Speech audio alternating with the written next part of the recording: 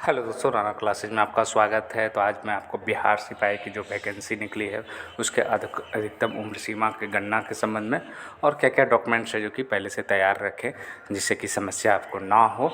और बहुत सारे लोगों को अधिकतम उम्र की गणना और न्यूनतम उम्र की गणना में अंतर समझ में नहीं आ रहा, तो उनके लिए वीडियो काफ़ी है जो कि उपयोगी है, क्योंकि ये ज़्यादा से ज़्यादा लोग हैं जो कि फॉर्म भर सकते हैं। तो सबसे पहले ये वैकेंसी आपने देखा होगा कि 19,838 पद जो है आपको ये वैकेंसी है जो कि जारी हो गई है।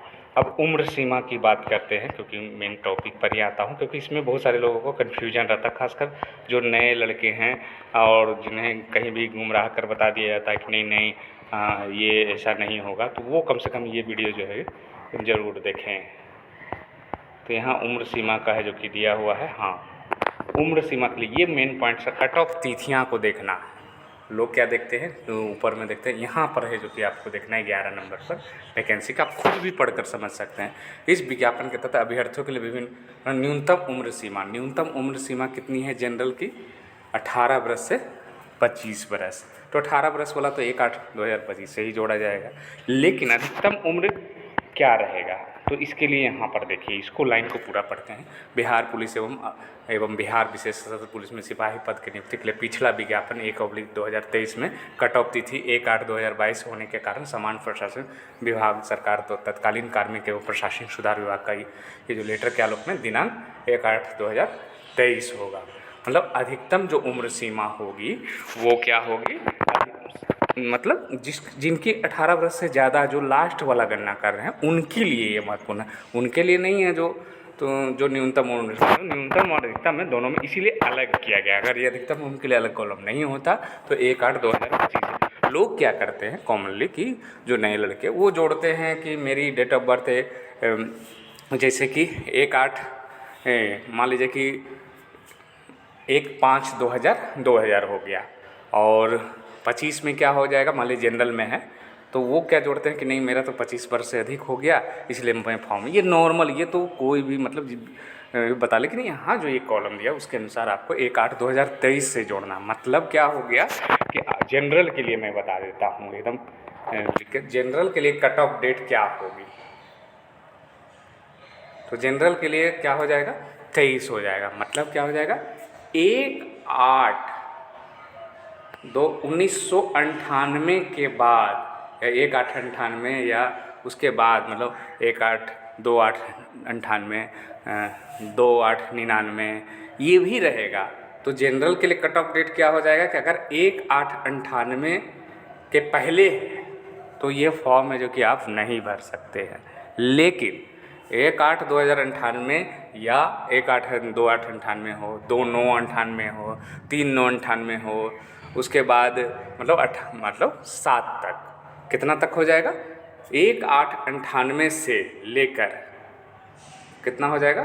1/8/2007 तक है जो कि ये फॉर्म भर सकते हैं। मतलब ये तिथि भी मैंने क्लियर कर दिया जनरल के लिए, तो आप लोग कंफ्यूज ना होंगे।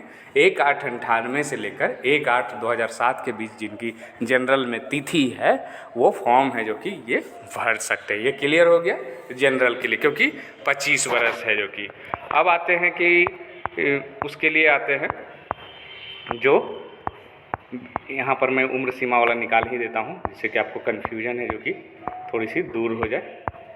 क्योंकि बहुत सारे लोग इसके चक्कर में क्या होगा कि गलत जानकारी और या अधूरी जानकारी के कारण क्या होगा कि ये फॉर्म है जो कि नहीं भर सकते। तो उससे परेशानी से बचने के लिए जो है तो उम्र सीमा वाला मैं ये निकाल देता हूँ कि कितने कितने हैं। हाँ, ये जो है मैं निकाल दे, मतलब ये मैंने बता दिया कि जनरल की कितनी होगी 1/8/98 से लेकर 1/8/2007 तक है जो कि जिनकी डेट ऑफ। अब आते हैं पिछड़ा वर्ग एवं अत्यंत पिछड़ा वर्ग के पुरुष कोटि के लिए 2 वर्षों का शिथिलीकरण।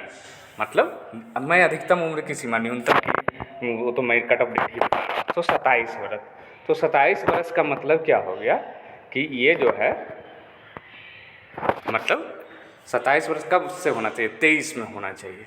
मतलब 1/8/96 1/8/1996 से लेकर 1/8/2007 के बीच में जो है वो बीसी और ईबीसी कैटेगरी के जो पुरुष वर्ग के, महिला के नहीं मैं बात कर रहा हूँ, पुरुष के, वो फॉर्म भर सकते हैं। अगर इसके पहले की तिथि 1/8/96 के तो आप फॉर्म नहीं भर सकते। लेकिन 1/8/1996 से लेकर 1/8/2007 तक के बीच में है तो बीसी और ईबीसी जो पुरुष वर्ग के अभ्यर्थी हैं वो फॉर्म भर सकते हैं। ये क्लियरेशन हो गया। अब आते हैं उसी प्रकार का क्या है, पिछड़ा वर्ग एवं अत्यंत पिछड़ा वर्ग के लिए, महिलाओं के लिए। महिलाओं के लिए क्या है, 1 वर्ष का छूट है। तो इसमें क्या होगा, जो महिलाएं हैं तो ये क्या होगा, 1/8/1995 क्या हो जाएगा, 1/8/1995 से लेकर 1/8/2007 तक जो है वो अगर इस डेट के बीच में आते हैं तो वो महिला जो है बीसी और ईबीसी की वो फॉर्म है जो कि भर सकते हैं। ये क्लियर हो गया। लेकिन 31/7/1994 रहेगा तो वो फॉर्म महिलाएं नहीं भर सकती, चाहे बीसी और ईबीसी की। तो ये कट ऑफ डेट किसके लिए हो गया, बीसी और ईबीसी महिलाओं के लिए, मतलब 3 वर्ष की छूट है, इसीलिए मैंने बताया। अब आते हैं अनुसूचित जाति और कोटि के पुरुष एवं महिलाओं, ट्रांसजेंडर जो भी है सबके लिए, चाहे इसमें ये 5 वर्षों का सीधी क्लियर, मतलब 30 वर्ष हो गया। तो इसका कट ऑफ डेट क्या होगा, एससी और एसटी में है, चाहे पुरुष हों चाहे महिलाओं, तो उनके लिए क्या हो जाएगा, तो 1/8 क्या हो जाएगा, 1/8/95 हो जाएगा, नहीं सॉरी 1/8 इसमें क्या हो जाएगा, 1993 हो जाएगा। क्यों, क्योंकि अब कह सकते हैं कि 1/8/1993, क्योंकि 30 वर्ष होना चाहिए 1/8/2023 को, इसीलिए 1/8/1993 से लेकर 1/8/2007 तक है जो कि जिनकी डेट ऑफ बर्थ आ रही है एससी कैटेगरी के, वो फॉर्म भर सकते हैं। मतलब 1/8/1993 के पहले का डेट है तो आप जो है वो एससी कैंडिडेट, चाहे पुरुष हो चाहे महिला हो, फॉर्म नहीं भर सकती हैं। लेकिन 1/8/1993 हो या उसके बाद 2/8/1993 हो तो ये जो है फॉर्म है जो कि आप जो है भर सकते हैं। 1/8/2007 के अंदर है तो ये फॉर्म है जो कि भर सकते हैं। तो ये जो है बहुत सारे लोग है जो कि जो सोच रहे हैं या गृह रक्षा की 5 वर्ष की छूट है, जो लोग कह रहे हैं कि सीधे 25 जोड़ लो, नहीं होगा, तो आप क्या होगा कि गलत जानकारी के चक्कर में फॉर्म भरना है जो कि भूल जाएंगे और फिर है जो कि आपको मौका चला जाएगा, आपकी तैयारी है या गलत जानकारी कारण। इसलिए कहीं भी विश्वास नहीं करें। ये खुद ही आपको लिखा हुआ है जब कि उस लेटर के आलोक में कि 2023 में अधिकतम उम्र की गणना करना है, तो फिर है जो कि आपको क्या कन्फ्यूजन है, खुद भी जोड़ सकते हैं। ऐसा नहीं कि मैं बताया हूँ तभी विश्वास करें। अब आते हैं कि शैक्षणिक योग्यता के बारे में भी मैंने बताया कि इसमें भी बहुत सारे लोग कन्फ्यूजन्स होंगे कि अब क्योंकि, तो उसको भी देख लेता हूँ।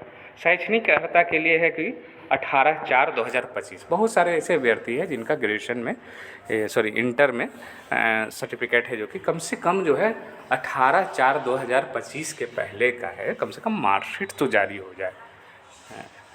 तो तो कौन कौन भर सकते हो, क्योंकि जैसा कि आप जानते हैं कि जो इंटर की जो रिजल्ट आने वाली है वो लगभग अंतिम मार्च में इसी महीने में आ जाएगी। तो क्या वो फॉर्म भर सकते हैं। मार्कशीट आपकी सर्टिफिकेट तो 2 साल बाद भी निकलती है, 1 साल बाद भी निकलती है, तो उससे मतलब नहीं, कम से कम तो इस साल भी जो इंटर पास करेंगे, जिनका रिजल्ट मार्कशीट जारी हो गया और पास करके, तो आप फॉर्म है जो कि आप भर सकते हैं। 18/4/2025 के पहले कम से कम मार्कशीट जरूर जारी हो जानी चाहिए।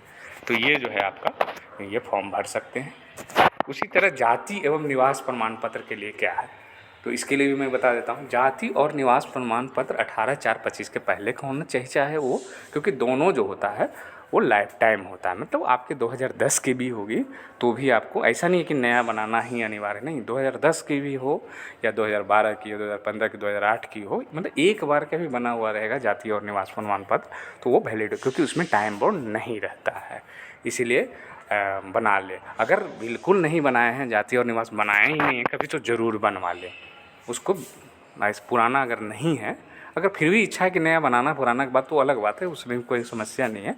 लेकिन किसी कारणवश अगर नया नहीं बन पाता तो वो पुराना काम, लेकिन बिल्कुल नहीं है कि जाति और निवास आपने 18/4/2025 के पहले बनाया, तब आप इनवैलिड हो जाएंगे, मतलब उम्मीदवार आपकी रद्द कर दी जाएगी। इसलिए इस बार परीक्षा में नहीं है कि विज्ञापन में नोटिफिकेशन क्लियर नहीं दिया, क्लियर कर दिया है।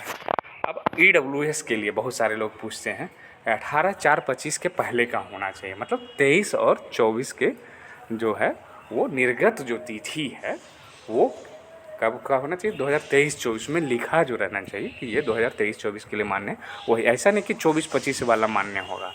तो अगर आपके पुराने बने हुए हैं पुराने ईयर के, तो वो जो है आपको वैलिड माना जाए। ऐसा नहीं कि पहले का बना हुआ नहीं है तो नहीं वैलिड होगा। उसी तरह से क्रीमी लेयर रहित का बता रहा है। क्रीमी लेयर का है कि आप अगर कम से कम भारत सरकार के, अगर भारत सरकार का भी बना हुआ है तो चल जाएगा एकदम, क्योंकि मैं खुद काउंसलिंग में गया हूँ तो ये चलता है बिहार। लेकिन ये मतलब चल रहा है, लेकिन नियमतः क्या है कि आप पीसी ईबीसी ये जो कि ज़रूर बनवा लें। अगर किसी कारण बस अभी भी नहीं बन सकता फॉर्म भरने के पहले, तो आपके पुराने एक बार भी क्रीमी लेयर, बहुत सारे लोग क्या करते हैं कि जाति प्रमाण पत्र को ही क्रीमी लेयर मान लेते हैं, लेकिन उसमें नीचे में कहीं नहीं लिखा रहता कि क्रीमी लेयर के अंतर्गत नहीं आते, ये नहीं लिखा हुआ रहता है। इसीलिए है जो कि जाति और क्रीमी लेयर प्रमाण पत्र जो कि दो अलग अलग चीज़ें हैं। तो आपकी इसमें भी अगर 2007 की है, 17 की है, 18 की है, एक साल से पुराना हो जाएगा तो एक फॉर्म भराया जाएगा काउंसलिंग के समय, और ये है जो कि मान्य होगा। इसलिए अगर जो लोग पुराना भी है तो भी फॉर्म भर सकते हैं। नया अगर किसी कारण नया अगर नहीं बनाया है, बिल्कुल ही नहीं बनाया है क्रीमी लेयर, तो उसको है जो कि ज़रूर बनवा ले। और इसका जो क्राइटेरिया है, बहुत सारे लोग कंफ्यूज रहते हैं कि मेरे पिताजी का तो 12 लाख पेमेंट हो गया तब कैसे बनेगा। तो क्रीमी लेयर के लिए मैं बता देता हूँ, रहित जो प्रमाण पत्र है उसमें क्या है कि आपके वेतन जो आपकी आय नहीं जोड़ी जाती। पहले तो क्लियर कर देता, आप नौकरी कर रहे हैं उसका कोई मतलब नहीं है। आपके माता पिता के अगर वेतन और कृषि से जो आय होती है वो नहीं जोड़ा, आप उसको शो कर सकते हैं, लेकिन वो उसको शून्य माना जाता है। क्यों? क्योंकि नियम में लिखा हुआ है कि क्रीमी लेयर रहित प्रमाण पत्र में जो है बनवाने में, उसमें पीसी या ईबीसी का, उसमें वेतन और कृषि से जो आय होगी उसको जोड़ा नहीं जाएगा। आपके 50 लाख ही क्यों नहीं इनकम हो, फिर भी आपके क्रीमी लेयर रहित प्रमाण पत्र बने, मतलब आप फॉर्म के लिए एलिजिबल हो जाएंगे। इसलिए वो हाँ, लेकिन ईडब्ल्यूएस में ये नहीं है। 8 लाख जैसे ही जो क्राइटेरिया है ज़मीन का वो पूरा करना है। तो ये है जो कि इसमें अपनी आय को नहीं देखना। बहुत ज़्यादा क्वेश्चन ये आता है, मैं खुद नौकरी पर, तो मेरा कैसे बनेगा सर? मेरा खुद का ही अब 8 लाख हो गया, पिताजी का अलग से पेंशन मिलता है तो नौकरी है, तो वो आपके तो ऐसे ही नहीं जोड़ी जाना। इसमें परिवार की, मतलब माता पिता की आय को देखना है। तो ये जो है आपको ट्रांसजेंडर के लिए भी वही स्थिति 18/4/25 के पहले का होना चाहिए। उसी तरह स्वतंत्रता सेनानी का भी जो डीएम से बनता है या उनके काउंटर जो साइन रहता है डीएम का, तो वो भी जो है 18/4/25 और बिल्कुल बनवा लें। अगर नहीं बनवाते हैं तो आप जनरल में फॉर्म भर दें। अगर किसी कारण में अभी हालांकि समय है तो आप लोग अलग भीड़ करें जो कि इसको बनवा लें। तो ये जो वीडियो है मेरा कन्फ्यूजन हद तक दूर करने के लिए, अगर फिर भी आपको बहुत कन्फ्यूजन तो कमेंट बॉक्स में ज़रूर लिखें, जिससे कि मैं जो कि जवाब दे सकूँ। तो इसी के साथ धन्यवाद।